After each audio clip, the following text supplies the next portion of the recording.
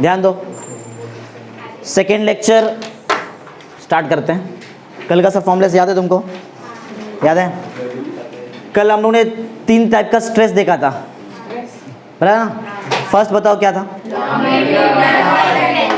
हाँ, फॉर्मूला क्या है लॉन्गिट्यूडनल स्ट्रेस का? क्या? mg by pi r square, बराबर। फिर सेकेंड टाइप का स्ट्रेस क्या देखा था? Volume stress. क्या फॉर्मूला था? dp, बराबर, dp। फिर उसके बाद लास्ट में क्या देखा था? Sharing stress. उसका फॉर्मूला सिंपल फॉर्मूला था उसका, शेयरिंग स्ट्रेस का।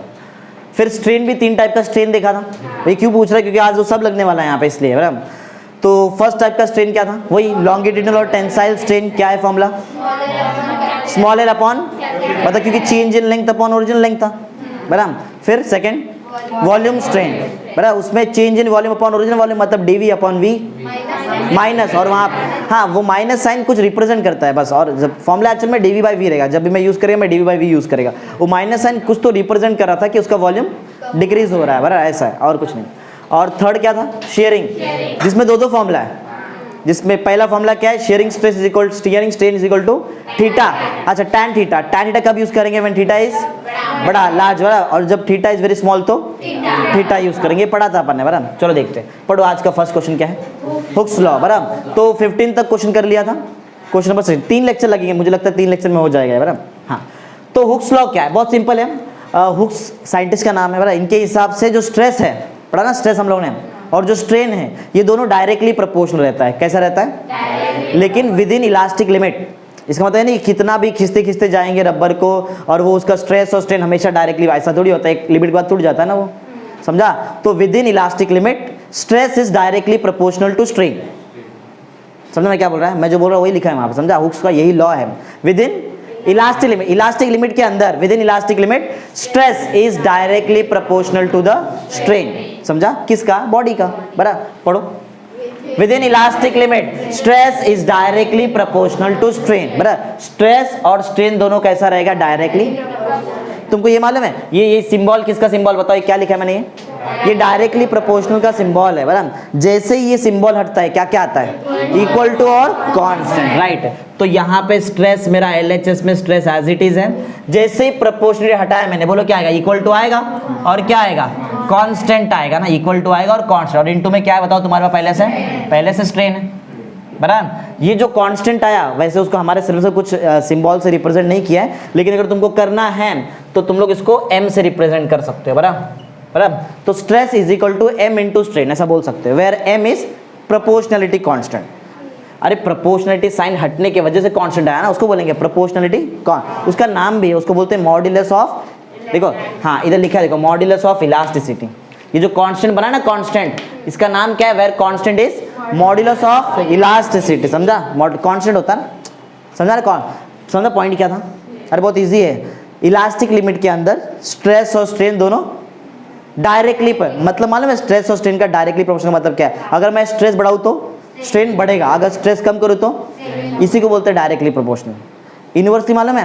इनवर्सली मतलब क्या? अगर समझो मैं बोलता हूँ स्ट्रेस और स्ट्रेन इनवर्सली है, तो स्ट्रेस बढ़ा है तो स्ट्रेन, हाँ, इसको बोलते हैं डायरेक्टली इनवर्सली। तो बहुत सिंपल सा पॉइंट है, within elastic limit stress is directly proportional to strain. Stress directly proportional to strain था, जैसे ही प्रोपोर्शनलिटी का साइन हटाया, क्या आया? इक्वल टू और constant, where constant is called as modulus of elasticity. ठीक है, अब इसको अगर मैं ग्राफ के हिसाब से देखूं तो बहुत सिंपल, ग्राफ भी तुमको स्टडी करने आना चाहिए। देखो, जैसे ही स्ट्रेस बढ़ रहा है, देखो समझो ये वाला पॉइंट देखते हैं, ये वाला पॉइंट, बराबर। इस पॉइंट पे कितना स्ट्रेस रहेगा कैसे मालूम पड़ेगा? इस पॉइंट से तुमको एक लाइन ड्रॉ करना पड़ेगा, ये देख रहे वाई एक्सिस पे स्ट्रेस निकालने का है ना, तो वाई पे ड्रॉ करूं कि एक्स पे ड्रॉ करूं? वाई, अरे वाई पे स्ट्रेस लिखा है तो वाई पे ड्रॉ करेंगे ना, सिंपल लॉजिक है। तो ये बराबर जहां पे कट करेगा उतना स्ट्रेस तुम्हारे पास रहेगा उस बॉडी में, बराबर इस पॉइंट पे। अगर तुमको स्ट्रेन चाहिए तो ऐसा नीचे ड्रॉ करो। समझ में आ रहा है क्या बोल रहा हूं मैं? समझा? तो ये पर्टिकुलर पॉइंट पे समझा स्ट्रेस स्ट्रेन कैसे निकालते हैं। अब आगे देखो, अगर मैं ये वाला पॉइंट देखूं तो अब स्ट्रेस पहले के कंपैरिजन में ज्यादा है कि कम है? ज्यादा है ना, अब स्ट्रेस ज्यादा है और स्ट्रेन भी, दोनों प्रोपोर्शनली बढ़ रहा है। स्ट्रेस बढ़ा रहा हूं, स्ट्रेन भी बढ़ रहा है। आगे जाओ तुम लोग, आगे जाते जाओ, स्ट्रेस बढ़ाओ, स्ट्रेन बढ़ते रहेगा। समझ में आ रहा है? तो बराबर है ना ग्राफ के, मतलब जो ग्राफ है वो स्टेटमेंट को बराबर है एकदम कि विद इन इलास्टिक लिमिट के अंदर स्ट्रेस बढ़ाओ तो स्ट्रेन बढ़ता है। सिंपल लॉजिक है ना। समझा ग्राफ क्या है?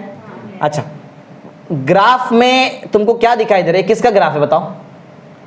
ये ग्राफ में तुम क्या दिख रहा है? सर्कल दिख रहा है, हाइपरबोला दिख रहा है, पैराबोला दिख रहा है, क्या दिखाई दे रहा है ग्राफ में? क्या दिखाई दे रहा है तुमको? सर्कल दिखाई दे रहा है, सर्कल, ट्रायंगल, क्या है? किसका ग्राफ है वो? Straight line. अरे नहीं दिख रहा है क्या स्ट्रेट लाइन? कहाँ से पास हो रहा है स्ट्रेट लाइन? ओरिजिन। समझा?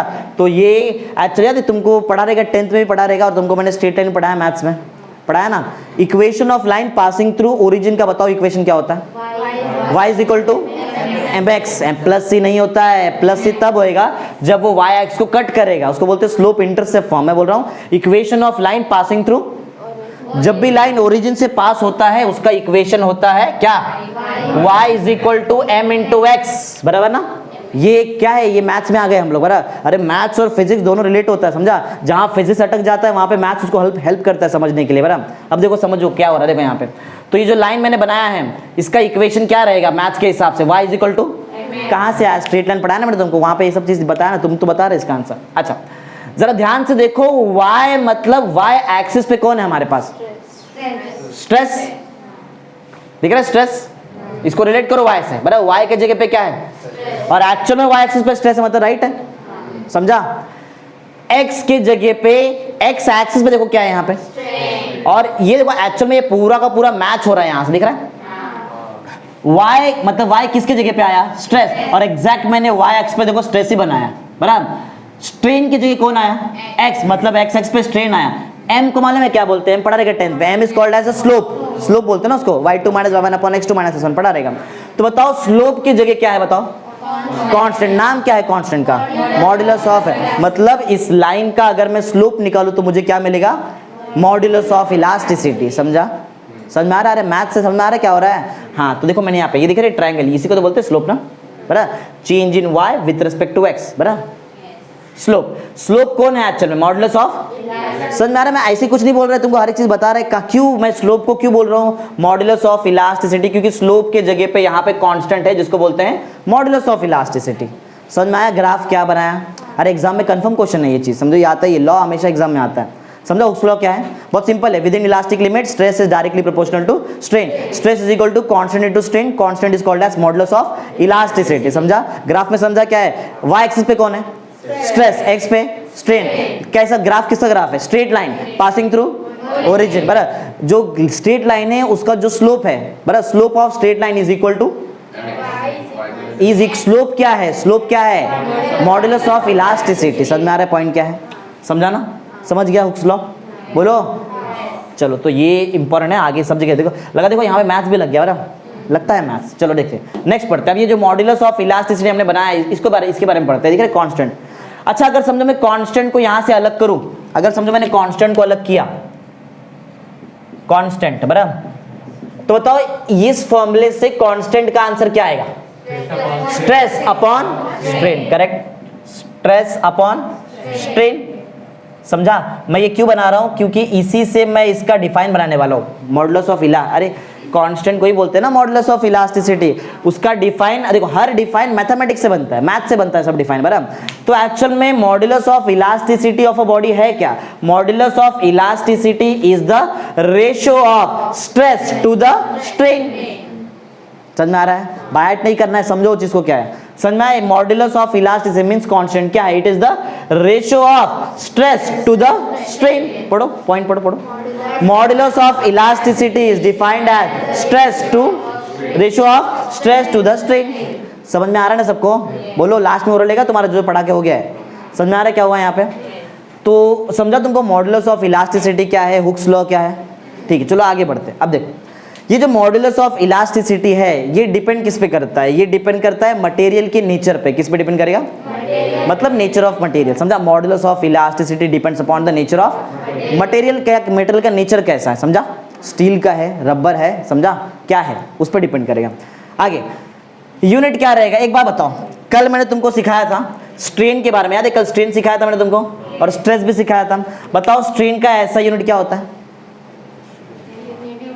हाँ, strain is a unitless quantity, strain के पास यूनिट होता ही नहीं है। किसके पास यूनिट होता है? अगर स्ट्रेन के पास यूनिट है ही नहीं लेकिन स्ट्रेस के पास, तो स्ट्रेस का यूनिट तो ये कांस्टेंट मतलब मॉड्यूलस ऑफ इलास्टिसिटी के यूनिट से मैच होएगा ना। फिर तो समझ में आ रहा है मैं क्या बोल रहा है?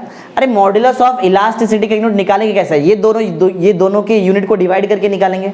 स्ट्रेस के यूनिट को डिवाइड करना पड़ेगा, लेकिन स्ट्रेन के पास तो यूनिट है ही नहीं, तो स्ट्रेस का जो यूनिट रहेगा वही किसका यूनिट रहेगा? मतलब मॉड्यूलस ऑफ इलास्टिसिटी। स्ट्रेस का यूनिट बताओ, न्यूटन पर मीटर स्क्वायर। कल सिखाया था ना, न्यूटन मीटर इज टू -2, समझा? तो समझ में आया तुमको मॉड्यूलस ऑफ इलास्टिसिटी का यूनिट न्यूटन पर मीटर स्क्वायर क्यों रहेगा? समझ में आया? डायमेंशन निकालने आता है? कितना से तुमको 50 का 40 सिखा दिया, तुमको डायमेंशन सिखा दिया था। चलो देखते हैं डायमेंशन निकालो। न्यूटन का डायमेंशन बाय हार्ट करने बोला था, बोलो। L1 M1 T-2 metre raise to -2 मतलब लेंथ के ऊपर -2 लिखूं। M0 T0 करेक्ट है। जब दो डायमेंशन मल्टीप्लीकेशन में रहता है तो पावर क्या होता है? प्लस। पावर को प्लस करो, L का पावर को L के पावर के साथ ही प्लस करेंगे। L-1 M0 T-2 ना, M1 T-2 है। ये डायमेंशन आज का नहीं, कल भी यही चीज निकाला था मैंने, बराबर? किसका डायमेंशन है? स्ट्रेस का डायमेंशन है। अरे मैं बोल रहा हूँ ना, स्ट्रेस का यूनिट मॉड्यूलस ऑफ इलास्टिसिटी के यूनिट से मैच होएगा तो स्ट्रेस का डायमेंशन भी तो मैच होएगा, क्योंकि डायमेंशन निकलता कहाँ से? ऐसा यूनिट से। तो अगर यूनिट मैच हो रहा है तो डायमेंशन भी मैच होने वाला है। समझ में आ रहा है क्या बोल रहा हूँ? समझा क्या है मॉड्यूलस ऑफ इलास्टिसिटी? बोलो। क्लियर करते जाओ ना, धीरे धीरे और लेवल बढ़ेगा इसमें। समझ में आ रहा है क्या है? इधर आएंगे तो और देखो, इधर जगह छोड़ के रखा है, पूरा मैथमेटिक्स ही करना है, समझा? Maths is the key to understand physics. अगर तुमको मैथ्स आता तो फिजिक्स तुमको बहुत इजी लगेगा, ऐसा है बराबर? चलो देखते हैं फिर से। समझा ये तुमको क्या है? हुक्स लॉ और क्या पढ़ा? Modulus of elasticity. चलो देखते हैं नेक्स्ट, इलास्टिक कांस्टेंट। बराबर? ये जो निकाला ना मॉडुलस ऑफ इलास्टिसिटी, इसी को बोलते हैं इलास्टिक कांस्टेंट। बराबर? 3 टाइप का मॉडुलस ऑफ इलास्टिसिटी होता है, मतलब इलास्टिक कांस्टेंट होता है 3 टाइप का। बराबर? अब वो 3 टाइप का क्या क्या है वो देखो, डिपेंड करेगा। स्ट्रेस कितने टाइप का होता है? स्ट्रेन कितने टाइप का होता है? तो कांस्टेंट मतलब मॉडुलस ऑफ इलास्टिसिटी मतलब इलास्टिक कांस्टेंट कितने टाइप करेगा? 3। लॉन्गिट्यूडनल स्ट्रेस को अगर मैं लॉन्गिट्यूडनल स्ट्रेन से डिवाइड करूं तो एक कांस्टेंट आएगा, बराबर? वो एक टाइप का कांस्टेंट हुआ। वॉल्यूम स्ट्रेस को वॉल्यूम स्ट्रेन से डिवाइड करूं तो दूसरे टाइप का इलास्टिक कांस्टेंट मिल जाएगा तुमको। अगर मैं शियरिंग स्ट्रेस को शियरिंग स्ट्रेन से डिवाइड करूं तो तीसरे टाइप का तुमको मिल जाएगा, समझा? Constant elastic constant. समझ में आया? 3 टाइप का इलास्टिक कांस्टेंट क्यों है, समझ में आ रहा है क्या? क्योंकि 3 टाइप का स्ट्रेस है और 3 टाइप का स्ट्रेन है, इसके लिए, समझा? जब चेंज इन लेंथ रहेगा, मतलब जो भी रहेगा, क्या बोलते हैं उसको, लॉन्गिट्यूडनल स्ट्रेस और लॉन्गिट्यूडनल स्ट्रेन रहेगा। अरे 3 टाइप है ना। अगर लॉन्गिट्यूडनल स्ट्रेस और लॉन्गिट्यूडनल स्ट्रेन आएगा तो उसको हम लोग बोलेंगे बल्क मॉडुलस, सॉरी बल्क नहीं, उसको बोलेंगे फर्स्ट वाला यंग्स मॉडुलस। बराबर? देखो 3 टाइप का बता रहा हूँ, अभी तक थियरी पढ़ा है नहीं, जस्ट सुन लो फिर पढ़ते हैं हम लोग। क्या देखो, इतना तो तुमको समझ में आ गया रहेगा। देखो ये 3 नाम है यहाँ पे, मैंने कभी पहले इसको बोला कांस्टेंट, फिर बताया कि वो कांस्टेंट तुम्हारा क्या है, मॉडुलस ऑफ इला। अब एक और नाम मिल गया, देखो क्या बोलते हैं उसको, इलास्टिक। कुछ कंफ्यूजन नहीं, एकदम सिंपल चीज है। बराबर? हाँ, कितने टाइप का है तुमको बता दिया, रीजन ही मालूम है कितने टाइप का है, 3 टाइप का है। बराबर? उसमें से पहला टाइप जो है उसका नाम क्या है, यंग्स मॉडुलस। यंग्स मॉडुलस मतलब बहुत ईजी है। अगर मैं लॉन्गिट्यूडनल स्ट्रेस को लॉन्गिट्यूडनल स्ट्रेन से डिवाइड करूं तो यंग्स मॉडुलस, समझा? अगर मैं वॉल्यूम स्ट्रेस को वॉल्यूम स्ट्रेन से डिवाइड करूं तो बल्क मॉडुलस, नेक्स्ट वाला के जिसको बोलते हैं। अगर मैं शियरिंग स्ट्रेस को शियरिंग स्ट्रेन से डिवाइड करूं तो मॉडुलस ऑफ रिजिडिटी, इसको डिनोट करते हैं ईटा से, इसको बोलते हैं ईटा। एन नहीं है वो, उसको बोलते हैं ईटा। पहले पढ़ाया भी तो रहेगा ना, पढ़ाया रहेगा। ये एन बना के ना इसको नीचे करो, ग्रीक अल्फाबेट है, समझा? है ना तुमको ऐसा? ठीक है, चलो। अल्फा बीटा गामा डेल्टा होता है ना, वैसे ईटा भी होता है। बराबर? हाँ, तो समझा तुमको क्या है 3 टाइप, समझा क्या है? समझा 3 टाइप क्यों बन रहा है? क्योंकि एक लॉन्गिट्यूडनल की वजह से आया, दूसरा वॉल्यूम और तीसरा शेयरिंग की वजह से। चलो पढ़ते पॉइंट, बहुत इजी पॉइंट, बड़ा नहीं है, बहुत इजी है। पढ़ो क्या है। There are 3 types of stress and strain pertaining to change in length, change in volume and change in shape. Shape मतलब शेयर वाला ना, समझा? Thus, corresponding to each type of stress and strain, we have 3 different types of modulus of elasticity. मतलब elastic constant 3 type का, बोलो नाम। Young's modulus denoted by अरे y, बराबर? डिनोटेड बाय y, बराबर? Second, bulk modulus denoted by capital K, बराबर? और last modulus of rigidity ईटा से डिनोट करते हैं। समझा 3 क्या है? 3 को समझ में आया? अब आगे पूरा मैथमेटिक्स लगेगा, मैथ्स लगेगा। समझ में आया तुमको ये जो पढ़ाया? बोलो क्लियर है ना एकदम? याद है क्या फर्स्ट का हुक्स लॉ का फॉर्मूला क्या था? Stress is equal to constant into strain. Constant का नाम मॉडुलस ऑफ इलास्टिसिटी, एक और नाम है इलास्टिक कांस्टेंट। समझ में आ रहा है ना? इजी इजी चीज है बराबर। फिर मॉडुलस ऑफ इलास्टिसिटी पढ़ाया क्या है, समझा? फिर पढ़ाया तुमको इलास्टिक कांस्टेंट 3 टाइप का। चलो अभी वन बाय वन तीनों को देखते हैं। पहले देखते हैं यंग्स मॉडुलस, फिर पढ़ेंगे बल्क, फिर पढ़ेंगे मॉडुलस ऑफ रिजिडिटी, फिर आगे के धीरे धीरे पढ़ते हैं। तुमको सिखा भी दिया, ऑलमोस्ट सिखा दिया। यंग्स मॉडुलस में कौन से टाइप का स्ट्रेस आने वाला है? लॉन्गिट्यूडनल। कौन से टाइप का स्ट्रेन आने वाला है? बहुत सिंपल है, Young's modulus is defined as the ratio of longitudinal stress to the longitudinal strain. Simple है, पढ़ो पढ़ो क्या है? Young's modulus is defined as the ratio of longitudinal stress to the longitudinal, यही तो है ना, यही तो बताया। अरे बहुत इजी है, फॉर्मूला याद है तो ही आएगा तुमको। चलो ठीक है, तो मैंने इस डिफाइन को मैथमेटिक्स के फॉर्म में लिख दिया। Young's modulus is defined as the ratio of longitudinal stress to the longitudinal strain, बराबर। चलो तो बताओ जरा मेरे को, कोई लॉन्गिट्यूडनल स्ट्रेस का फॉर्मूला क्या था? mg अपॉन, याद है ना? देख के तो नहीं बोल रहा है, mg अपॉन, ये mg मालूम है कहां से आया था? वहां पे वो नीचे वेट लगाए थे, याद है? वेट वेट वेट, ये लगाया था वेट, उसकी वजह से आया था। और पाई आर स्क्वायर मालूम क्या था? वो क्रॉस सेक्शनल का एरिया, बराबर। ये किसका फॉर्मूला लिखा बताओ मैंने सिर्फ? हाँ, लॉन्गिट्यूडनल स्ट्रेन का फॉर्मूला याद है क्या? स्मॉल एल अपॉन, आता है ना सबको? ठीक है, आता तो बहुत इजी, स्मॉल एल अपॉन। बस अब मैच करेंगे, सबसे नीचे वाला सबसे ऊपर जाके मल्टीप्लाई हो जाता है और ये वाला पार्ट आके इधर मल्टीप्लाई हो जाता है, मालूम है ना तुमको ये चीज? तो बताओ क्या मिलेगा यंग्स मॉडुलस का फॉर्मूला? mg के साथ कौन आएगा? Capital L upon pi r square small l। This is the formula for Young's modulus. समझा कैसे निकाला? इजी है कि नहीं? इजी इसलिए लग रहा है क्योंकि कल का तुमको सब फॉर्मूला याद है, बराबर। इसके लिए बहुत इजी रहेगा, समझा? हाँ, ये यंग्स मॉडुलस किससे रिलेटेड है? क्या इसमें मैंने लेंथ लिया, वॉल्यूम लिया कि शेप लिया? हाँ, तो मीन्स लेंथ, ये जो यंग्स मॉडुलस है, Young's modulus is related to change in the length of the body. समझा? क्यों लेंथ में आया बताओ? अरे तुमने तो लिखा है लॉन्गिट्यूड, मतलब लेंथ में चेंज होएगा, ऐसा ऐसा चेंज होगा, ऐसा लंबा हो जाएगा ना, लेंथ में चेंज होगा। समझा? समझा क्या बोलेंगे? It is related to the change in length of the body, बराबर। ये करता क्या है? ये करता क्या है? ये मटेरियल का इलास्टिक स्टिफनेस मेजर करेगा। क्या मेजर करेगा? Elastic stiffness. देखो हर एक चीज, बल्क मॉडुलस अलग कोई मेजर करता है और मॉडुलस ऑफ रिजिडिटी अलग कुछ मेजर करेगा, समझा? ये क्या मेजर करता है? समझा? ये इट मेजर्स द कौन सा stiffness? Elastic stiffness of the material या फिर बॉडी। समझ में आ रहा है क्या है? पहला पॉइंट डिफाइन था, सेकंड पॉइंट फॉर्मूला बनाया हम लोग ने, थर्ड याद है? It is related to the change in the length of the body, fourth it measures elastic stiffness of the body. बहुत सिंपल है। अच्छा, क्या इसका एक और नाम है? अरे बहुत सारा नाम आ रहा है यहाँ पे, सुनो। कांस्टेंट का दूसरा नाम क्या बताया था मैंने तुमको?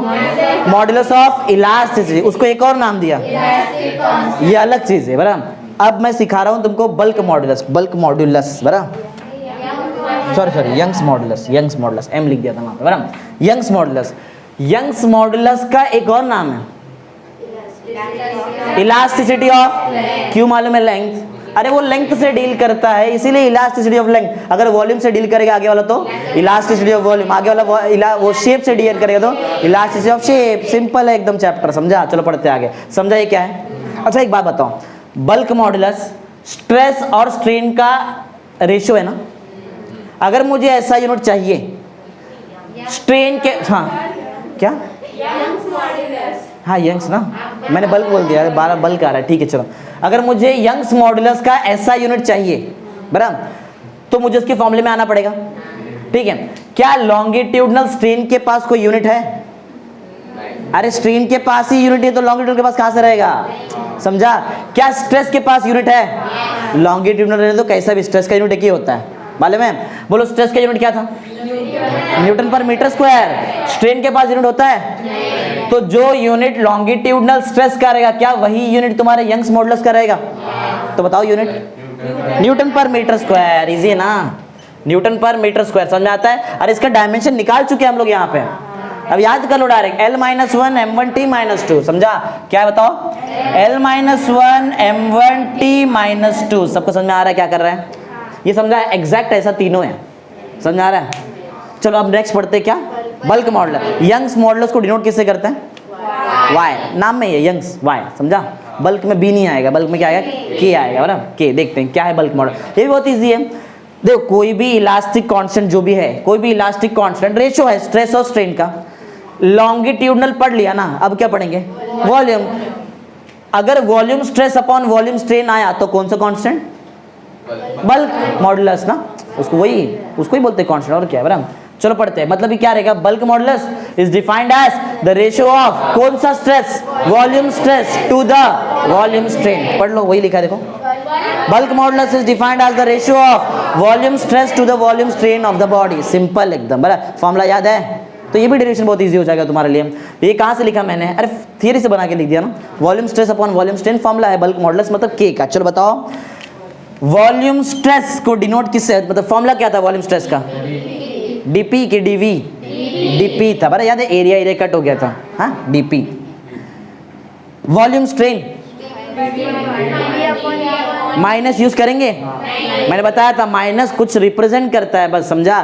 फॉर्मूले में तो सिर्फ क्या आएगा, डीवी बाई वी। जिसको नहीं समझ में आ रहा कहाँ से आया, कल के लेक्चर से आया, कल लेक्चर में सब सिखाया हुआ था। चलो ये वी ऊपर जाएगा, नीचे वाला वी ऊपर जाएगा, बोलो क्या बन जाएगा, के का फॉर्मूला वी डीपी ना, वी डीपी लिखना, डीपी वी मत लिख देना बराबर, वी डीपी अपॉन डीवी, समझा। बल्क मॉडुलस का फॉर्मूला क्या है, इजी है ना एकदम।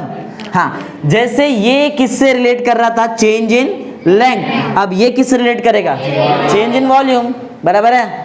जैसे इसको बोलते थे इलास्टिसिटी ऑफ लेंथ, इसको क्या बोलेंगे, सिंपल है बराबर, खाली मेजर कुछ अलग करेगा।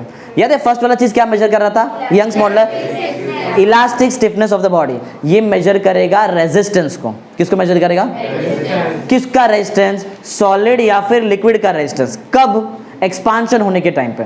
एक्सपांशन हो रहा है ना, यहाँ पे बढ़ रहा है ना, समझा, इस टाइम पे बॉडी रेजिस्ट करेगा।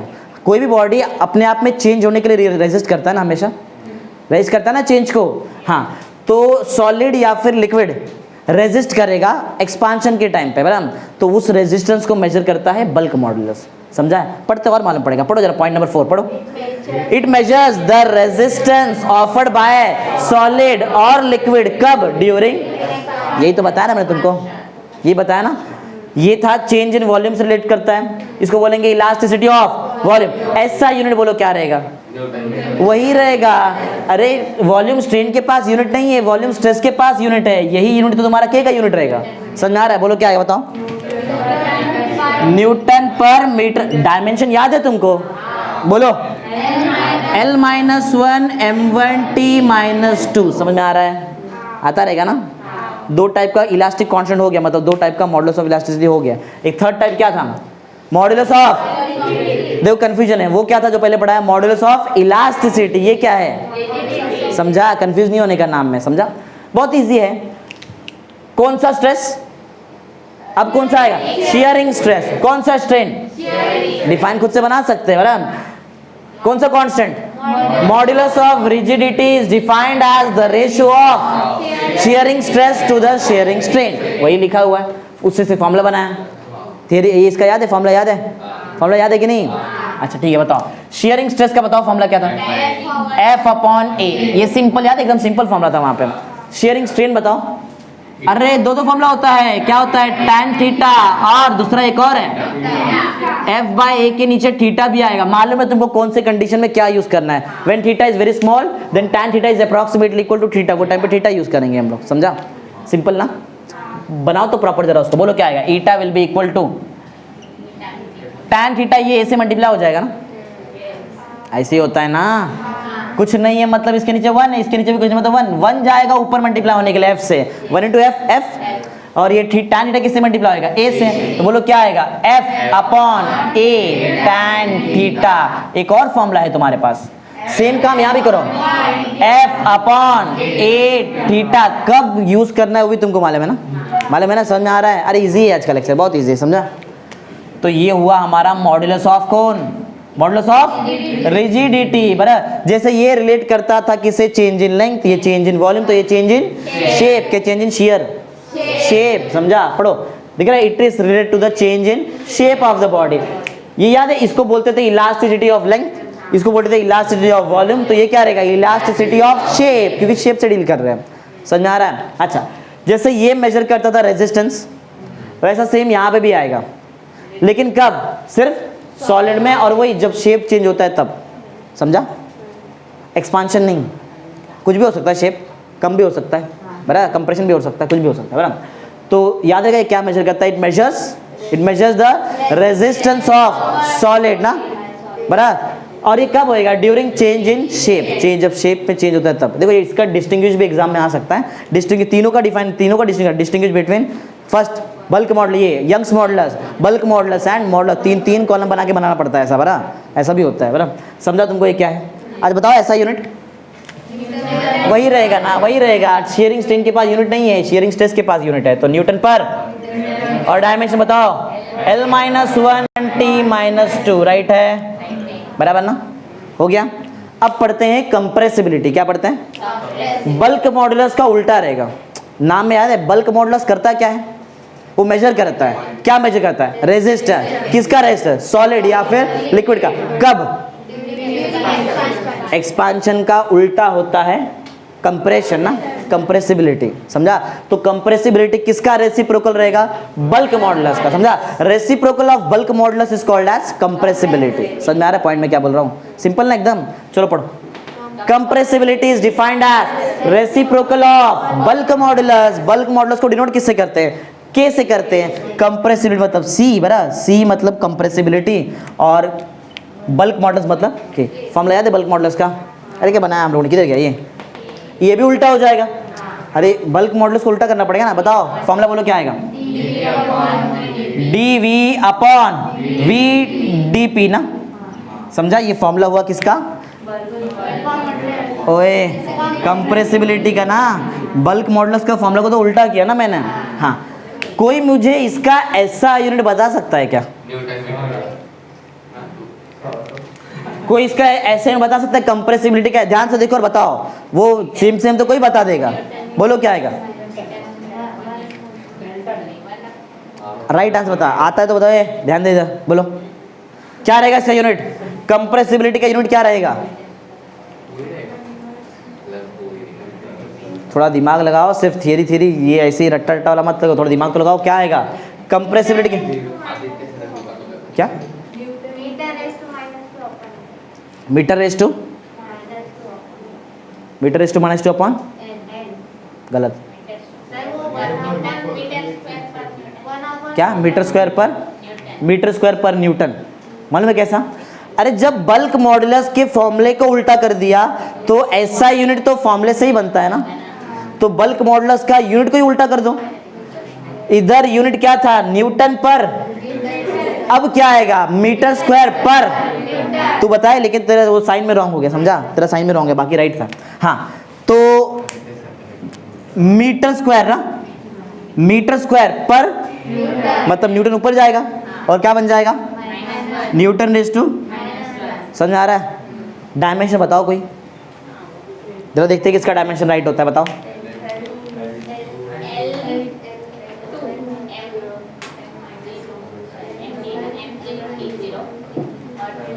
आएगा कि बताओ?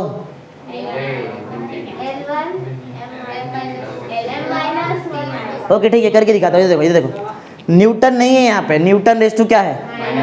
अच्छा, न्यूटन रेज़ टू माइनस मतलब नीचे है वो डिनोमिनेटर में, बराबर। चलो देखते करके दिखाता हूँ उसमें क्या है। देखो मीटर स्क्वायर, मीटर किसको रिप्रेजेंट करता है? लेंथ को, बराबर। तो मीटर का स्क्वायर है मतलब L2 आएगा। m0, m मतलब m रिप्रेजेंट करता है किसको? मास, मतलब kg दिखाई दे रहा है क्या? तो 0 डाल दिया मैंने। टाइम का यूनिट क्या होता है? सेकंड। क्या तुमको सेकंड दिखाई दे रहा है? नहीं, तो मैं 0 डाल दिया। तो ये जो डायमेंशन मैंने लिखा है ये किसका डायमेंशन है बताओ पहले? ये सिर्फ मीटर स्क्वायर का डायमेंशन है। अपॉन में नीचे कौन था? न्यूटन का डायमेंशन तुमको याद करने बोला था मैंने, L1 m1 T-2, बराबर है। हाँ, अब रिजल्टेंट डायमेंशन निकालेंगे। जब दो डायमेंशन इनटू में रहता है तो पावर को प्लस करते हैं, जब दो डायमेंशन डिवाइड में रहेगा तो पावर को माइनस करेंगे। कैसा? न्यूमरेटर पावर माइनस डिनोमिनेटर का पावर। जैसे कि 2 - 1 करूँ कि 1 - 2 करूँ? हाँ, न्यूमरेटर का पावर माइनस डिनोमिनेटर का पावर। तो बताओ क्या आएगा? L1 हो जाएगा। क्यों हुआ 1? 2 - 1 1। मास 0 - 1 -1 0 माइनस, एक मिनट, 0 माइनस -2 +2 ना, तो T। समझा? ये है डायमेंशन कंप्रेसिबिलिटी का। तो निकालना पड़ता है, समझा? याद, इसको याद रखेंगे तुम लोग। बनाओ, ऑन द स्पॉट बनाते हैं हम लोग, कोई भी चीज़ याद नहीं रखते ना, बनाना पड़ता है ऑन द स्पॉट। समझ में आ रहा है? याद बात नहीं रखते हम लोग। समझा पॉइंट क्या है? समझा कंप्रेसिबिलिटी क्या है? बोलो, समझा? देखो अभी तक तुमको ना मैंने 3 चीज़ में चेंज बताया, लेंथ में चेंज बताया, वॉल्यूम में चेंज बताया और शेप। अब ना एक और चीज़ में चेंज देख लो, डायमीटर में भी चेंज देख लो। डायमीटर, समझा? डायमीटर आज सिंपल सा लॉजिक है, वैसे वो कॉमन सेंस। सुनो, अगर समझो कोई वायर जिसका थिकनेस ज़्यादा है, बराबर, समझो ऐसा कुछ है, इतना थिकनेस है इसका, बराबर, ऐसा कुछ थिकनेस है इसका, 4 मार्कर को लिया तो एक साथ इसका थिकनेस बनता है यहाँ, बराबर, इतना कुछ है, बराबर। जब इसको मैं इलोंगेट करूँ, इसको जब मैं, ये इतना सा है, बराबर, सिर्फ इतना सा है, और यहाँ पे बहुत हैवी वेट लगा दिया, जिसके वजह से इसका लेंथ बढ़ गया। तो जब इसका लेंथ बढ़ेगा, जब इसका लेंथ बढ़ेगा तो इसका डायामीटर में बताओ क्या होने वाला है? डायामीटर में कम होएगा क्या बढ़ेगा? डायमीटर ऑब्वियस ना, बढ़ेगा कम होएगा? कम होएगा ना। पहले ज़्यादा था ना, ऐसा मोटा था बराबर, तो खींच लिया नीचे तो लंबा होएगा, तो ये इसका डायमीटर कम हो जाएगा। समझा? समझ में आ रहा है क्या बोल रहे हैं? समझा? तो इसको बोलते हैं लैटरल, बराबर। यहाँ पे लैटरल चेंज आ रहा है, मतलब इसके क्रॉस सेक्शन में चेंज आ रहा है। समझा? वो आगे आने वाला, इसके लिए तुमको बता रहा हूँ, इधर पॉइसन्स रेशियो में आएगा, यहाँ पे लैटरल स्ट्रेन आएगा वहाँ पे। तो एक बात बताओ, किस में चेंज हुआ? डायमीटर में। मैं ऐसा बोलता हूँ कि ओरिजिनल जो डायमीटर था मेरे पास, जो मेरे पास ओरिजिनल डायमीटर था इसका, ये था कैपिटल डी। इसका डायमीटर कितना है? कैपिटल डी, बराबर। मैं बोलता हूँ कि डायमीटर इलोंगेट होने के टाइम पे जो कम हुआ वो है स्मॉल डी। ये जो अब जो डायमीटर रहेगा वो क्या रहेगा? Small D. अब जो डायमीटर है, पहले क्या था? कम कितना हुआ? बचा कितना? Capital D minus. समझ में आया? तो बताओ चेंज इन डायमीटर, डायमीटर में कितना चेंज हुआ? पहले कैपिटल डी था, बाद में कितना आया? अरे स्मॉल डी तो कम हुआ बोल रहा है ना मैं। ध्यान से, मैं तुमको कंफ्यूज कर देखते तुमको आंसर आता है कि नहीं, बराबर। Capital D was the original diameter, बराबर। डायमीटर जो कम हुआ वो है स्मॉल डी, जो फाइनल डायमीटर मेरे पास है वो है capital D minus what is the change in diameter? कितना रहेगा? अरे कॉमन सा आंसर, सिंपल बोलो जल्दी। कैपिटल डी कैसे? Capital D minus small D, तो फाइनल तुम्हारा डायमीटर रहेगा ना, फाइनल डायमीटर रहेगा ना। मैं बोल रहे, मैं, वाह, स्मॉल डी को बोलते हैं चेंज। अरे वही चीज मैं तुमको हिंदी बताया था ना मैम, मैंने तुमको बोला डायमीटर जो कम हुआ वो स्मॉल डी, बराबर ना। जो कम हुआ मतलब वही तो चेंज हुआ ना। वो चीज इंग्लिश में पूछा, तुमको आया ही नहीं, भाषा का थोड़ा प्रॉब्लम है। समझाया पॉइंट क्या है? तो लैटरल स्ट्रेन है, देखो स्ट्रेन का मतलब मालूम है? स्ट्रेन क्या होता है? स्ट्रेन का मतलब मालूम है? स्ट्रेन का डिफाइन बताओ जरा, क्या है? बोलो। चेंज इन, अरे बोलो क्या बोला था मैंने? Change in dimension upon original dimension, ये स्ट्रेन का डिफाइन होता है। तो बताओ किस में चेंज हुआ था जो मैं बताया तुमको? ये इसमें चेंज किस में हुआ? डायमीटर में, बराबर है। Change in dimension upon original dimension, मतलब change in diameter upon original diameter. Change in diameter कितना है? Small D, upon original diameter क्या है? Capital D. तो मैंने तुमको सिखा दिया लैटरल स्ट्रेन। लैटरल स्ट्रेन जो होता है ये होता है change in diameter per unit original diameter. Change in diameter था स्मॉल डी और ओरिजिनल डायमीटर था, ये मैं तुमको ऐसे विजुअलाइज करा रहा है, बनाने का जरूरत नहीं, मेरे को नहीं लगता बनाने की जरूरत, समझ में आता रहेगा तुमको ये चीज़ ना, समझ में आ रहा है? तो 4 चीज़ में चेंज देख लिया, लेंथ में चेंज, बराबर, वॉल्यूम में चेंज कल सिखाया था, शेप में चेंज सिखाया, और आज तुमको एक नया चीज़ सिखाया, किसमें चेंज? डायमीटर में चेंज। समझा? Change in diameter is small D, initial diameter, final diameter capital D minus small D. Final ना कम हो गया ना डायमीटर, तो माइनस करना पड़ेगा। बढ़ता तो, अगर कंप्रेस करता मैं तो शायद बढ़ जाता डायमीटर, तो प्लस डी तभी आता था। ठीक है चलो, हाँ अब आते हैं पॉइसन्स रेशियो में, बराबर। पॉइसन्स रेशियो क्या है? सुनो, बहुत सिंपल है, जैसा हुक्स लॉ था उसके हिसाब से ही लॉ है, बराबर। ये भी इलास्टिक लिमिट के अंडर, ये भी इलास्टिक लिमिट के अंदर ही काम कर रहे हैं, समझा? विद इन इलास्टिक लिमिट, यहाँ पे कौन किसको प्रोपोर्शनल वो जरा देख लो। लैटरल स्ट्रेन समझ में आ रहा है? देखो सिंपल सा कॉमन सेंस की वाली बात। देखो एक मेरे को जरा एक क्वेश्चन का आंसर दो, अपने आप तुम्हारा पॉइसन्स रेशियो बन गया। समझो, देखो वायर, बराबर, जो भी रहेगा इसका डायमीटर, बराबर, इसको नीचे मैंने यहाँ पे वेट लगा दिया है, यही वेट लगाया, जिसके वजह से इसका लेंथ क्या होगा? बताओ, लेंथ बढ़ेगा, लेंथ बढ़ेगा। तो बताओ किस में चेंज आया? लेंथ में आया चेंज, लेंथ में चेंज आया, मतलब लॉन्गिट्यूडनल स्ट्रेन है क्या यहाँ पे? है ना, लेंथ में चेंज आया, समझा? क्या डायामीटर में भी चेंज आया? और जितना तुम लोग और खींचेंगे उतना डायमीटर में और चेंज आएगा, तो मतलब लैटरल स्ट्रेन भी है। लैटरल स्ट्रेन का मतलब मालूम है डायमीटर में चेंज, बराबर। लॉन्गिट्यूडनल स्ट्रेन का मतलब क्या है? लेंथ में चेंज। देखो ऑब्वियस ही चीज है ना, अगर मैं इसका लेंथ बढ़ाऊं तो इसका डायमीटर में भी चेंज आएगा, मतलब समझा? Within elastic limit lateral strain is directly proportional to longitudinal strain. जितना तुम लोग लॉन्गिट्यूडनल इसको बढ़ाओ उतना तुम्हारा लैटरली वो जो भी रहेगा उसका सरफेस एरिया वो कम कम होता जाएगा ना। समझ में आ रहा पॉइंट क्या है? Within elastic limit lateral strain is proportional to the, बोलने का मतलब क्या है? डायमीटर में भी चेंज होएगा तो लेंथ में भी चेंज होने वाला, या फिर उल्टा, लेंथ में अगर तुम लोग चेंज करें तो डायमीटर में भी चेंज होएगा ना। इमेजिन कर रहे वायर वाला कंसेप्ट, लंबा लंबा करते जाओ, डायमीटर कम कम होते जाएगा, वायर लंबा लंबा होते जाएगा। समझ में आ रहा पॉइंट? समझा पॉइंट? पॉइसन्स रेशियो कैसे निकाला? अभी तक बनाया नहीं, मैं तो जिस डिफाइन बताया तुमको। एक डिफाइन क्या है बड़ा, इस रेशियो के लिए एक लॉ लगता है। लॉ है, अगर हम इलास्टिक लिमिट के अंदर है और तुम्हारे पास वहाँ पे लॉन्गिट्यूडनल स्ट्रेन है तो वहाँ पे लैटरल स्ट्रेन भी रहने वाला है। समझ में आ रहा है? और अगर तुम लोग लॉन्गिट्यूडनल स्ट्रेन को बढ़ाएंगे तो लैटरल स्ट्रेन बढ़ेगा, तभी तो बोला हूँ डायरेक्टली प्रोपोर्शनल। समझ में आ रहा है पॉइंट? इधर देखो, तो ये पॉइंट समझा तुमको क्या है? Within elastic limit lateral strain is directly proportional to longitudinal strain. Okay, lateral strain is directly proportional to, बोलो क्या आएगा? लॉन्गिट्यूडनल, बराबर है ना? जैसे ही प्रोपोर्शनलिटी का साइन हटता है इक्वल टू आता है और क्या आता है? यहां भी आएगा, बराबर। तो lateral strain will be equal to constant, ये कांस्टेंट है मेरे लिए, ये सिंबल का नाम है सिग्मा, क्या बोलते हैं उसको? लेकिन फिजिक्स में उसका नाम है पॉइसन्स रेशियो। क्या बोलेंगे उसको? इसको बोलेंगे पॉइसन्स रेशियो। ये ग्रीक से बताया तुमको, सिंबल, बराबर। हाँ, तो ये हमारे लिए कांस्टेंट है, कांस्टेंट ऑफ प्रोपोर्शनलिटी, जिसका नाम क्या है? पॉइसन्स रेशियो, बराबर। अब वो सिग्मा तो सिंबल का नाम है, सिंबल के नाम को सिग्मा बोलते हैं, लेकिन एक्चुअल में है क्या वो? इसमें पॉइसन्स रेशियो इनटू, बोलो क्या था? अरे ये तो रहेगा ना लॉन्गिट्यूडिनल स्ट्रेन, समझा? अरे मैथमेटिक्स करके दिखाया, और क्या, सिंपल है ना। Within elastic limit lateral strain is directly proportional to, और जैसे ही प्रोपोर्शनल का साइन हटाया इक्वल टू आया, और क्या आया? कांस्टेंट। कांस्टेंट का नाम क्या है? पॉइसन्स रेशियो। क्या बोलेंगे इसको? अगर सोचो मुझे पॉइसन्स रेशियो चाहिए, बराबर, मतलब ये दिख रहा है, मैंने पॉइंट सिखा दिया था, constant of proportionality is called as Poisson's ratio. अगर मुझे पॉइसन्स रेशियो चाहिए तो मुझे लॉन्गिट्यूडनल स्ट्रेन को यहाँ से हटाना पड़ेगा, ये इसके साथ इनटू में है, मल्टीप्लिकेशन में, हटाने के लिए इसको नीचे भेजना पड़ेगा यहाँ पे, मतलब पॉइसन्स रेशियो सिग्मा, बराबर, will be equal to lateral strain upon, समझा फॉर्मूला कहाँ से आ रहा है? समझा? अब तुम मुझे बताओ कि लैटरल स्ट्रेन जो था, कोई भी स्ट्रेन रहने दो, change in dimension upon original dimension. Lateral का मतलब क्या रहेगा? चेंज इन डायमीटर ना। बताओ क्या था चेंज इन डायमीटर? अरे क्यों पूछा था? इधर लगेगा, इसके लिए पूछा था।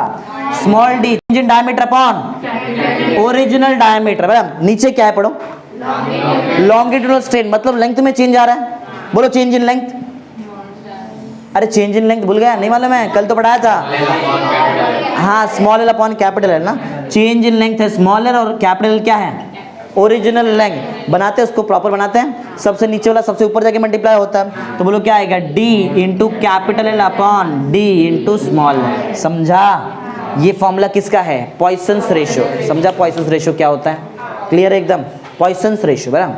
हाँ, अब इसको इधर से भी डिफाइन कर लो, यहाँ से भी डिफाइन कर लो, इधर से भी डिफाइन कर लो।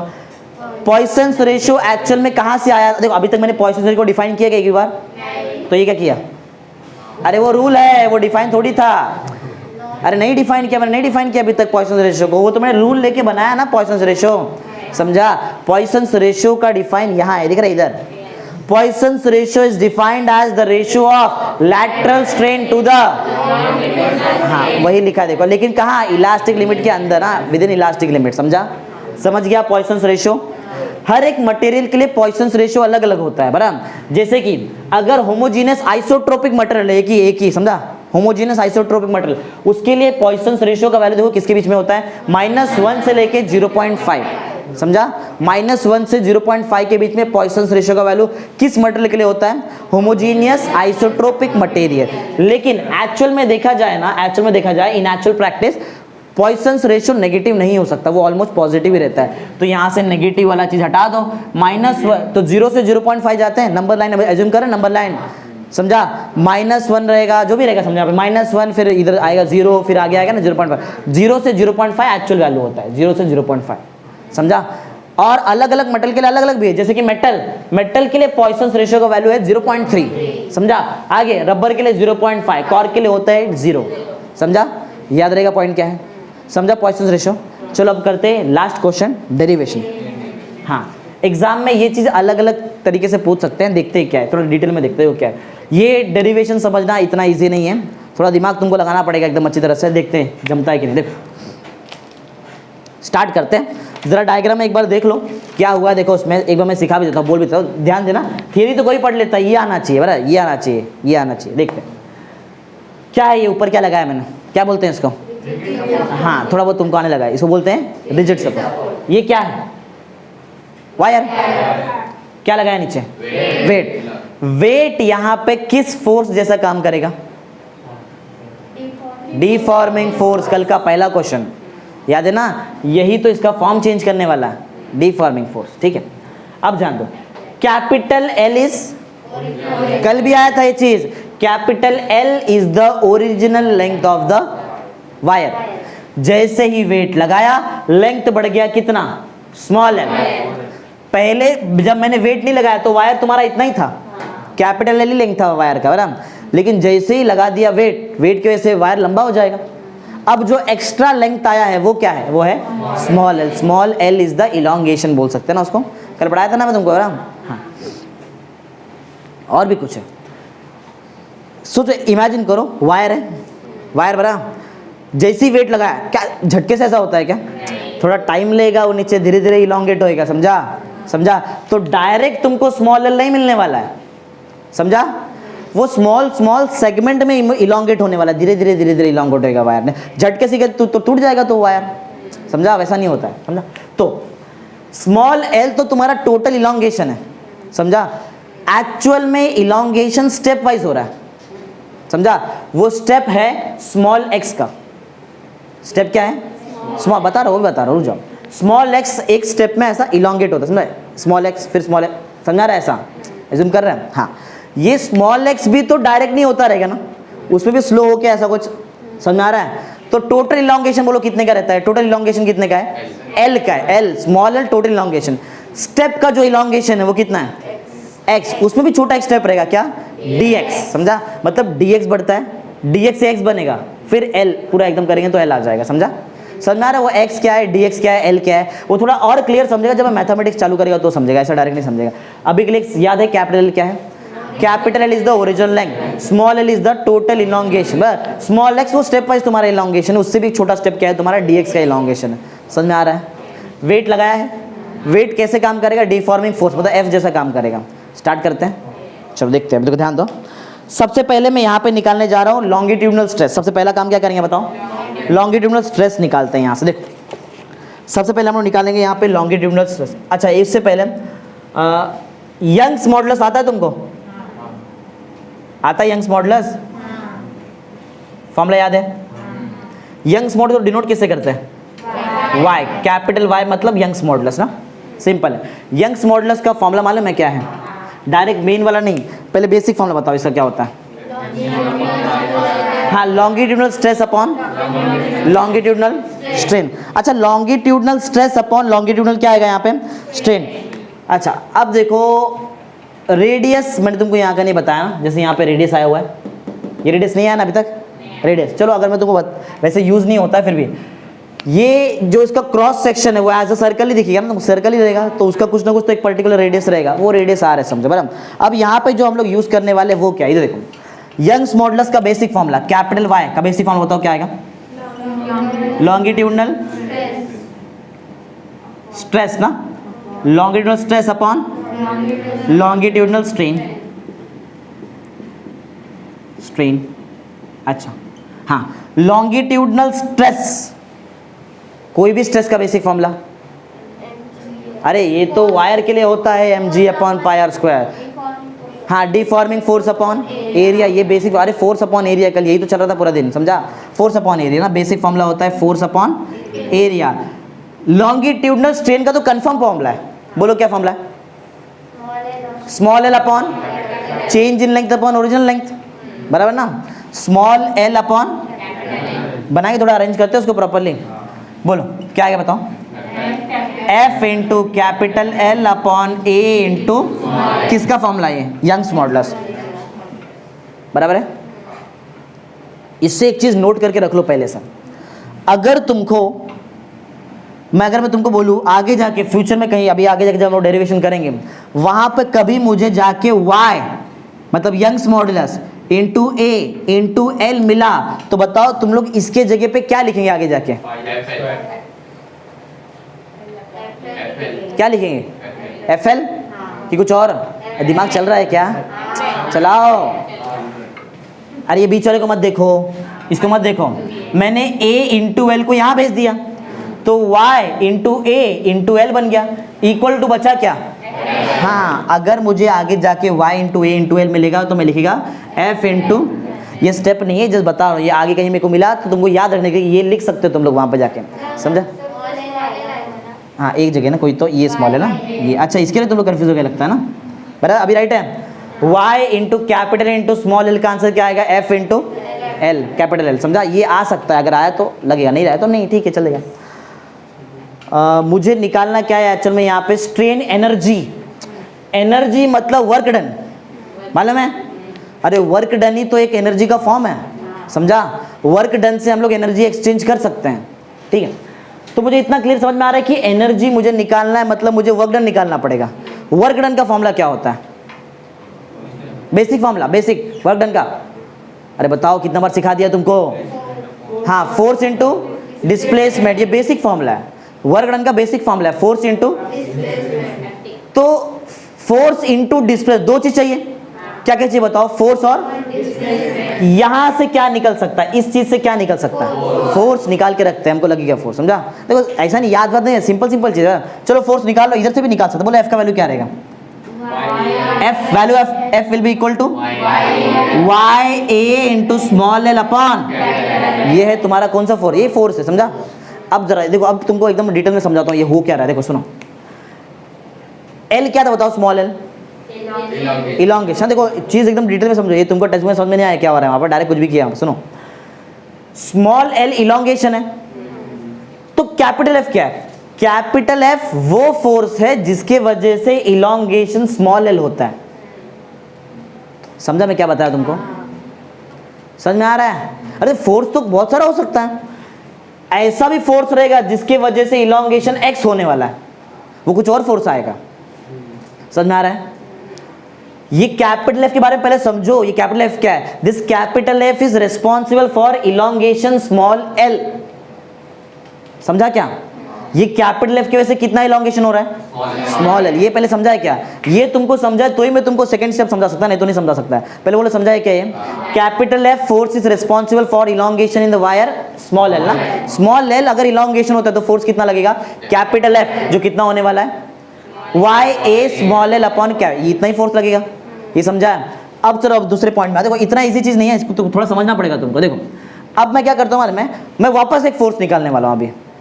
अब जो मैं फोर्स निकालने जा रहा हूं वो फोर्स रिस्पॉन्सिबल रहेगा इलॉन्गेशन एक्स के लिए। समझ में आ रहा है? इलॉन्गेशन स्मॉल एल के लिए मैंने फोर्स निकाल दिया, कितना मिला? वाई ए स्मॉल एल अपॉन, बराबर। अच्छा मैं अब जो बताओ, अब जो मैं निकालने जा रहा हूं उसमें इलॉन्गेशन कितना हो रहा है? एक्स का इलॉन्गेशन है। अब तुम्हारा एक्स क्या है? अब ये सेकेंड पॉइंट में इलॉन्गेशन कौन है? एक्स है ना। ये तुम्हारे लिए इलॉन्गेशन जैसा काम करेगा। अगर ये इलॉन्गेशन जैसा काम करेगा तो तुम लोग इसको ऊपर वाले फॉर्मूले में किसके जगह पे रख सकते हो? हाँ, ये पॉइंट समझ आना चाहिए, समझा? स्मॉल एल इलॉन्गेशन के लिए फोर्स जो रिस्पॉन्सिबल वो कैपिटल एफ है, समझा? और अब एक नया फोर्स आने वाला है, उसकी वजह से इलॉन्गेशन कितना होने वाला है? स्मॉल एक्स, समझा ना? चलो तो ठीक है, स्मॉल एक्स तुम्हारे लिए इलॉन्गेशन। अभी इसके लिए जो फोर्स लगेगा क्या वही फोर्स एफ भी रहेगा क्या? कुछ और अलग फोर्स लगने वाला वहां पे? अलग रहेगा कि सेम रहेगा? अलग, क्योंकि कैपिटल एफ की वजह से तो इलोंगेशन एल होता है, मुझे इलोंगेशन एक्स चाहिए, उसके लिए कोई अलग फोर्स। चलो मैं वो एज्यूम करता हूँ, वो जो फोर्स रिस्पॉन्सिबल है फॉर इलोंगेशन इन एक्स वो क्या है? स्मॉल एफ, समझा? इसके वजह से इलोंगेशन, कितने का इलोंगेशन होता है बताओ? स्मॉल, हाँ ये अब जो इलोंगेशन एक्स में हो रहा है इसके लिए कौन रिस्पॉन्सिबल है? स्मॉल एफ वाला फोर्स, ये हम लोग ने एज्यूम किया है, समझा? Small F is the force responsible for elongation in wire, वो कौन सा इलोंगेशन है? एक्स, बराबर, स्मॉल एक्स इलोंगेशन इन वायर, ऐसा। हाँ ये समझा? बोलो कि जो तुमको बता रहा है मैं यहाँ पे, क्या अब तुम लोग फॉर्मूला फ्रेम कर सकते हैं? जरा फॉर्मूला देख लो वहाँ पे, क्या क्या बनाने वाले बताओ तुम लोग वहाँ पे। ये जो फोर्स है ये दिख रहा है, ये वाला, ये एफ समझा क्या है? ये वो फोर्स है जिसके वजह से इलोंगेशन कितना हो रहा है? Small x. कैपिटल एफ कौन सा फोर्स था जिसके से इलोंगेशन? Small L. मैं बार बार रिपीट क्यों कर रहा है? क्योंकि लेवल है आगे, इसके लिए बार बार। चलो बताओ, क्या ये कैपिटल एफ देख के तुम लोग ये स्मॉल एफ का मेरे लिए फॉर्मूला बना सकते हैं? बोलो क्या रहेगा? एक मिनट, क्या वाई में चेंज नहीं आएगा? क्यों? क्योंकि वो खुद कांस्टेंट है। अरे खुद कांस्टेंट है, बल्क मॉडुलस, इलास्टिक कांस्टेंट बोलते हैं, उसमें चेंज नहीं आ सकता है, समझा? तो बोलो क्या आएगा बताओ वहां पे? वाई ए अपॉन, हाँ वो लिख रहा हूँ, एल तो राइट है, क्या ये एल में चेंज आएगा? अरे ओरिजिनल लेंथ तो ओरिजिनल लेंथ ही रहेगा, किस में चेंज आएगा? वो स्मॉल एल के जगह पे चेंज आएगा, उसके लिए बोलो क्या लिखूं मैं? क्या लिख दूं? एक्स। समझा क्या हो रहा है यहाँ पे? ये समझा रहा है? अरे बोलो, अगर तुम्हारे सामने में डायरेक्ट लिखता बोले कहाँ से आए, क्या हो रहा है यहाँ पे? समझा? अब थियरी बोलने के बाद में समझ में आ रहा है क्या हो रहा है? ये फोर्स रिस्पॉन्सिबल है इलोंगेशन एल के लिए, स्मॉल एफ फोर्स रिस्पॉन्सिबल है इलोंगेशन एक्स के लिए। समझ में आ रहा है? समझ में आया? अच्छा क्या लगता है, ये कैपिटल एफ ज्यादा बड़ा फोर्स रहेगा कि स्मॉल एफ ज्यादा बड़ा फोर्स है? ऑब्वियस है, ज्यादा लंबा करने के लिए ज्यादा फोर्स लगेगा, कम लंबा करने के लिए थोड़ा ही फोर्स लगेगा। Small F is smaller as compare to capital F, बराबर ना? समझा? चलो अब देखते हैं आगे। तो ये इक्वेशंस लेता हूँ मैं इसको, चलो इसको इक्वेशन नंबर 1 ले लेते हैं, इसका यूज़ होएगा आगे। और इसको ले लेते हैं इक्वेशन 1, ये हमारे लिए इक्वेशन 2। सबको समझ में आ रहा है क्या हो रहा है यहाँ पे? समझ में आ रहा है? अच्छा एक बात बताओ, फोर्स स्मॉल है, स्मॉल फोर्स है, ये क्या स्मॉल फोर्स है? क्योंकि स्मॉल डिस्प्लेसमेंट कर रहा है एक्स का। स्मॉल फोर्स के वजह से देखो, मुझे अल्टीमेटली एनर्जी तक पहुंचना है, एनर्जी तक जाने का रास्ता मुझे वर्क डन से मिलेगा, क्योंकि वर्क डन ही एनर्जी है, समझा? अगर मैंने वर्क डन निकाल लिया मतलब एनर्जी निकाल लिया, समझा? चलो बताओ वर्क डन का फॉर्मूला बोलो। हाँ, फोर्स इंटू डिस्प्लेसमेंट। अब जरा ध्यान से आंसर देना, फोर्स जो लग रहा है बराबर, वो स्मॉल फोर्स है, कैसा फोर्स? ज़्यादा फोर्स है, कैसा फोर्स है? स्मॉल है, स्मॉल एफ स्मॉल फोर्स है। तो मैं फोर्स के जगह बोलो क्या लिख दूं? चलेगा? समझा? फोर्स स्मॉल है, डिस्प्लेसमेंट भी कैसा रहेगा? स्मॉल रहेगा। समझ में आ रहा है? क्या मैं यहाँ पे dx लिख दूं, जो सबसे स्मॉल डिस्प्लेसमेंट मेरे इलोंगेशन में? समझ में आ रहा है? Small force small displacement, small force small displacement से जो वर्क डन मिलेगा क्या वो भी स्मॉल वर्क डन रहेगा? ऑब्वियस है ना?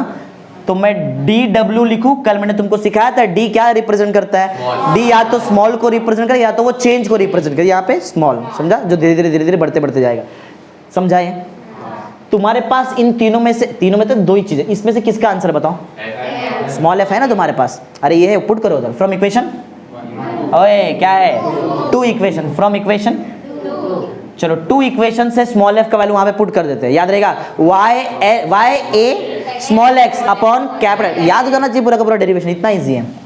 तो D W will be equal to Y A X upon capital L into, तुमको इंटीग्रेशन भी आना चाहिए, तो ही आएगा ना इंटीग्रेशन, धीरे धीरे सिखाया तुमको ना, थोड़ा थोड़ा तुम्हारे सिलेबस में 11th में नहीं है, लेकिन उसके बेस पर डेरिवेशन है, समझा? तुमको थोड़ा बहुत सिखाया भी है, नहीं भी आता तो बताऊंगा ना कैसा होता। देखो स्मॉल वर्क डन है, dx है।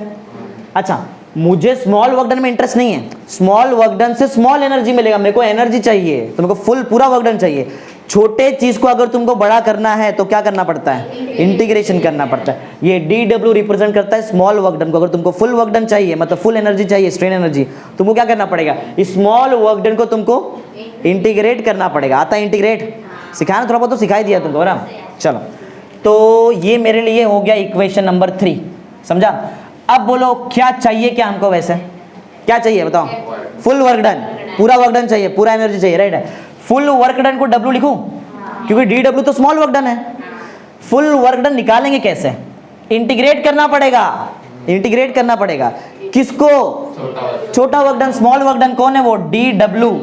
समझ में आ रहा है? धीरे धीरे 12th में फिजिक्स में बड़ा सिर्फ तुमको मैक्सिमम करके एग्जाम में सिर्फ डेरिवेशन ही आता है, थियरी बहुत ही कम देखने मिलेगा तुमको ये आना चाहिए, ये आना चाहिए। ये बहुत रेयरली कभी मिल जाएगा तो मिल जाएगा, लेकिन ये तो कंपलसरी मिलेगा तुमको, समझा। तो ये तुमको आना चाहिए जो मैं सिखा रहा हूँ, ये समझा। ये तो कोई भी याद कर लेगा, समझा। एक बार किसी को बताया उसको याद हो जाएगा, ये आना चाहिए मेन। तो ये समझो ना, इसमें मजा है यहाँ पे। देखो, तो स्मॉल वर्क डन को मैंने इंटीग्रेट कर लिया तो मेरे को क्या मिल जाएगा? लेकिन इंटीग्रेशन भी दो टाइप का होता है, एक इनडेफिनाइट, बड़ा बड़ा होते होते जा रहा है इनडेफिनाइट इंटीग्रेशन, और दूसरा डेफिनाइट, एक लिमिट तक। एक बात बताओ, क्या वायर को खींच रहे पूरा इनफिनाइट तक? ऐसा एक लिमिट तक आएगा, फिर टूट जाएगा वो, समझा। मतलब हम लोग कौन सा इंटीग्रेशन लगाए यहाँ पे, डेफिनाइट की इनडेफिनाइट? डेफिनाइट। डेफिनाइट में लिमिट लगता है कि तुम लोग कहाँ से लेके कहाँ तक काम कर रहे हैं। मैं वर्क, देखो वर्क डन क्यों लग रहा है, वर्क डन क्यों आ रहा है? पहले L लेंथ था तो वर्क डन था क्या कुछ? क्योंकि वेट लगाया नहीं था। L लेंथ पे जैसे वेट लगाया, लेंथ कितना बढ़ गया? Small L। तो बताओ वर्क डन जब आ रहा है, वर्क डन यहाँ वर्क डन चालू होएगा ना, और वो वर्क डन होते होते कहाँ तक आएगा? इधर तक। इतना ही गेम है पूरा, समझा। तो बताओ वर्क डन में इलॉन्गेशन कहाँ से कहाँ हो रहा है? इधर से इलॉन्गेशन होने चालू होएगा और कहाँ तक आएगा? यहाँ पे इलॉन्गेशन कितना है ही नहीं यार। यहाँ पे इलॉन्गेशन है क्या? बड़ा ही नहीं। कितना इलॉन्गेशन? 0। और इलॉन्गेशन होते होते कहाँ तक आएंगे हम लोग? समझा। लिमिट कहाँ से कहाँ तक है, रीजन है हर एक चीज का, इसी नहीं कुछ भी मार रहे हैं आप, समझा। समझ में आ रहा है? मुझे इंटीग्रेट कहाँ से कहाँ तक करना पड़ेगा? 0 to, समझा, स्मॉल L की कैपिटल L। इलॉन्गेशन वही तो हो रहा है ना टोटल, बराबर। समझ में आया? बोलो। चलो आगे बताओ, क्या तुम्हारे पास DW का आंसर है? ऊपर ये क्या निकाला है? बोलो। इंटीग्रेशन ऑफ 0 to L क्या आएगा? YAX/L इंटू DX, बराबर है। अब एक क्वेश्चन का आंसर दो। ये जो मैं इंटीग्रेट करने वाला हूं, किसके विथ रेस्पेक्ट टू इंटीग्रेट कर रहा हूं?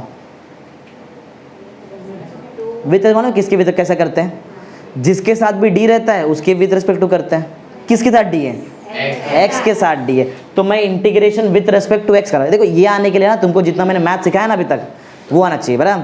थोड़ा तो बात तो जमता ही रहेगा तुमको। एक्चुअल में 12th का कंसेप्ट है ना, मैं 12th में ही चैप्टर है इलास्टिसिटी बोल के, लेकिन वो तुमको हटा के 11th में डाल दिया। तो 12th तक बच्चे लोग जाते तो वो टाइम पे 11th में इंटीग्रेशन भी था, तुम्हारे इसमें इंटीग्रेशन भी निकाल दिया। इसलिए मैंने तुमको पूरा पहले मैथ सिखा दिया ऑलमोस्ट ना। मैथ्स आने के बाद तुमको थोड़ा बहुत तो इजी लग रहा है, अरे ये 12th का टॉपिक है, तुम लोग पढ़ रहे हो, तो लेवल बढ़ रहा है तुम्हारा धीरे धीरे, समझ आ रहा है? ठीक है। तो बहुत सिंपल है, इंटीग्रेशन करने के थोड़ा टफ तो लगेगा तुमको, लेकिन ऐसा ही पढ़ना है, आगे आदत डालो, अभी ऐसे ही करना है हमको। टफ चीज पढ़ते हैं हम लोग। इंटीग्रेशन किसके विथ रिस्पेक्ट टू हो रहा है? X। कैसे मालूम पड़ा? जिसके साथ D है उसी के साथ उसकी विथ रिस्पेक्ट टू इंटीग्रेट होता है। अच्छा एक और चीज सिखाया तुमको, डेरिवेटिव, लिमिट्स और इंटीग्रेशन के बाहर क्या आता है? कांस्टेंट। कैसे पहचानते हैं? अरे D किसके साथ है? X का टर्म छोड़ो, बाकी सब कांस्टेंट है। X को छोड़ू और ये dx को ये छोड़ना पड़ेगा, बाकी कौन बचा? YA/, ये तीनों कांस्टेंट है, नाम में ही है। Y A constant, L length constant, पहले L तो L था ना, बाहर आ जाएगा, तीनों बाहर। बोलो क्या आएगा बताओ? बाहर ले लो। YA/L बाहर ले लिया। इंटीग्रेशन 0 to L किसका? X dx, बराबर है। अब चलो इंटीग्रेशन का फॉर्मूला देख लो, फिर आ जाएगा तुमको। ये देखो, इंटीग्रेशन ऑफ x⁻n dx का फॉर्मूला होता है x⁻n+1 ये बहुत बार आ चुका है लगता है ना, ये बहुत बार डेरिवेशन हमने ये चीज कर लिया। इंटीग्रेशन में अगर x का पावर है और dx है तो वो पावर में +1 करो और वही चीज नीचे भी लिख दो। ये सीख लो, ये कल तुमको पूछेगा मैं सब चीज। समझ में आया क्या हो रहा है यहाँ पे? चलो ये फॉर्मूला जरा यहाँ पे अप्लाई करके दिखाओ। बताओ n की जगह कौन है? 1 है। बोलो YA/L। अरे पहले का लिखा, अभी तो कुछ नया नहीं लिखा। लगाओ इंटीग्रेशन, बोलो। x लिखना पड़ेगा, जो भी पावर है उसमें क्या प्लस करना पड़ेगा, और जो ऊपर बना वही पावर x के पास पहले पावर क्या था? 1 + 1 और वही पावर क्या ये इनडेफिनेट इंटीग्रेशन हो रहा है कि डेफिनेट इंटीग्रेशन हो रहा है? तो लिमिट डालना पड़ेगा। कहाँ से कहाँ लिमिट है? जीरो, जीरो से तुम्हारा इलोंगेशन होने चालू हो रहा है और एल तक जा रहा है, 0 to ऐसा एंड में लिखता है, इधर मत लिख देना, एंड में लिखता है, समझा? हाँ, लिमिट लगाने के टाइम पे अगर तुमको बॉक्स के अंदर ये राउंड ब्रैकेट भी तुम नहीं डाल सकते, ऐसा रूल है, बॉक्स ब्रैकेट ही डालना पड़ता है। अंदर कोई तुमको कांस्टेंट दिखाई दे रहा है? x² और 2 में से कोई कांस्टेंट है? नंबर 2 कांस्टेंट है, बाहर ले लो उसको। हाँ, 2 बाहर आ गया, बोलो क्या मिला तुमको? 1/2 y a, एक मिनट y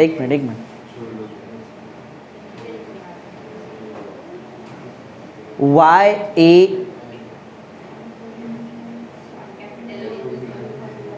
ठीक है करते रहो, अभी तक आया नहीं वहां पर, रुक जाओ। ये इतना समझा तुमको? इतना समझा है, ठीक है। क्या हो रहा है बताओ? y अपॉन ये 2 समझा? कहाँ से आया? किधर से आया? अंदर से बाहर निकाला। लगाते हैं आप लिमिट, लिमिट अप्लाई करने आता है। पहले अपर लिमिट माइनस, ये बहुत बार सिखा दिया, बोलना नहीं कि तुमको नहीं आता है। तो पहले मैं x के जगह क्या पुट करूं? Upper limit. अपर मतलब जो दोनों में से ऊपर कौन दिखाई दे रहा है तुमको? l। अरे l है ऊपर, l ना, l। पहले x की जगह क्या पुट करेंगे? l। बोलो क्या बन जाएगा? l²। अपर लिमिट पुट कर दिया, माइनस लोअर लिमिट कौन है? 0। x की जगह 0 डालो, 0²। 0² 0 होता है, l² माइनस 0 l²। तो बताओ कि हम लोग वर्क डन निकालना है, फुल एनर्जी मिल रहा है हमको यहाँ पे, half y a l² upon, समझ में आ रहा है इतना क्या हो रहा है?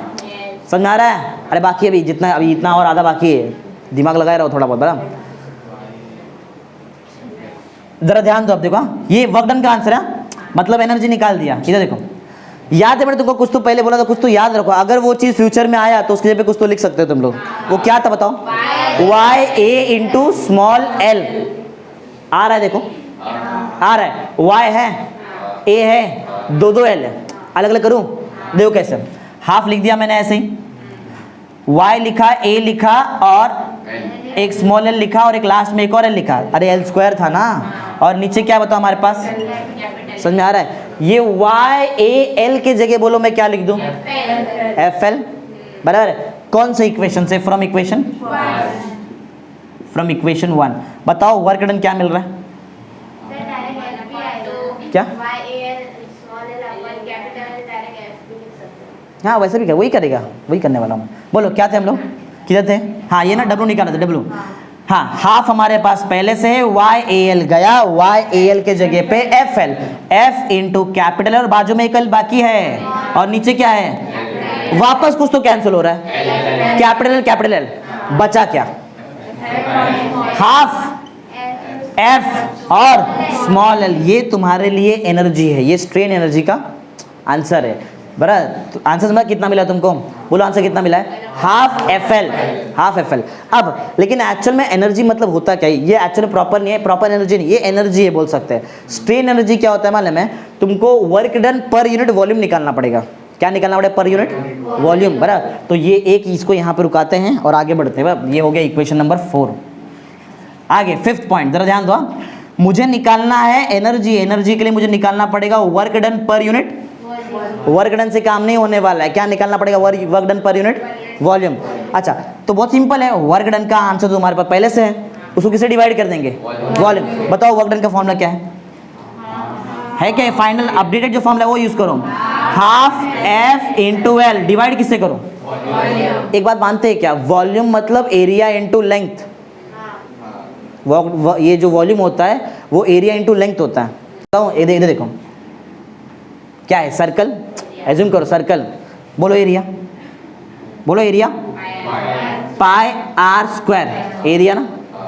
अगर मैं इसको इसके हाइट से मल्टीप्लाई कर दूं तो क्या बन गया? सिलेंडर। अगर मैं इसको इसके हाइट से मल्टीप्लाई कर दूं, मतलब इसके लेंथ से मल्टीप्लाई कर दूं, तो ये बन गया volume of cylinder, pi r square h। कोई भी ज्योमेट्री का वॉल्यूम ऐसे ही निकालते हैं, उसके एरिया को उसके लेंथ से मल्टीप्लाई, किधर भी लगा के देखो राइट आता है ये चीज, समझा? मतलब वॉल्यूम का मतलब क्या है? Area into. तो क्या मैं v के जगह लिख दूं एरिया इंटू लेंथ? क्या ऐसा लिख सकते हैं? अगर ऐसा लिख सकते हैं तो क्या बताओ, ऐसा कर सकते हैं? देखो जरा ध्यान से, समझ में आ रहा हो क्या हो रहा है? ये हाफ को मैनेज करता हूँ, देखो मैं क्या, ये हाफ यहाँ पे कुछ बनता हुआ दिखाई दे रहा है क्या तुमको? यहाँ पे F/A क्या होता है? कल पढ़ाया था। ओए जरूरी नहीं है। F/A बेसिक किसका फॉर्मूला है? Stress. Small L/L longitudinal strain, बराबर ना? मतलब ये स्ट्रेस है और ये क्या है? स्ट्रेन है। समझा? समझ में आ रहा है? इसका मतलब ये वर्क डन पर यूनिट जो वॉल्यूम है ना, work done per unit volume, जिसको तुम लोग बोलते हैं एनर्जी, स्ट्रेन एनर्जी, बराबर, इसका फॉर्मूला है work done per unit volume का फॉर्मूला हो सकता है half into stress into strain. समझा? बोलो समझा क्या है? ये मेन हमारा आंसर यहाँ है। समझा? ये जो निकला, वैसे ये भी मेन आंसर ही था यहाँ पे जो हमने निकाला, ये देख रहे हाफ FL, ये और ये भी जो निकाला। समझ में आ रहा है कि तुमको? खत्म नहीं हुआ है, रुको बाकी है अभी, बराबर। ये समझा तुमको क्या है? बोलो half into stress into strain, बोला था ना, इधर लगेगा दिमाग। समझा? ये तो थियरी कोई पढ़ लेता है, बराबर। Half into stress into strain. एक बात बताओ जरा मेरे को, स्ट्रेस और स्ट्रेन में कोई रिलेशन है?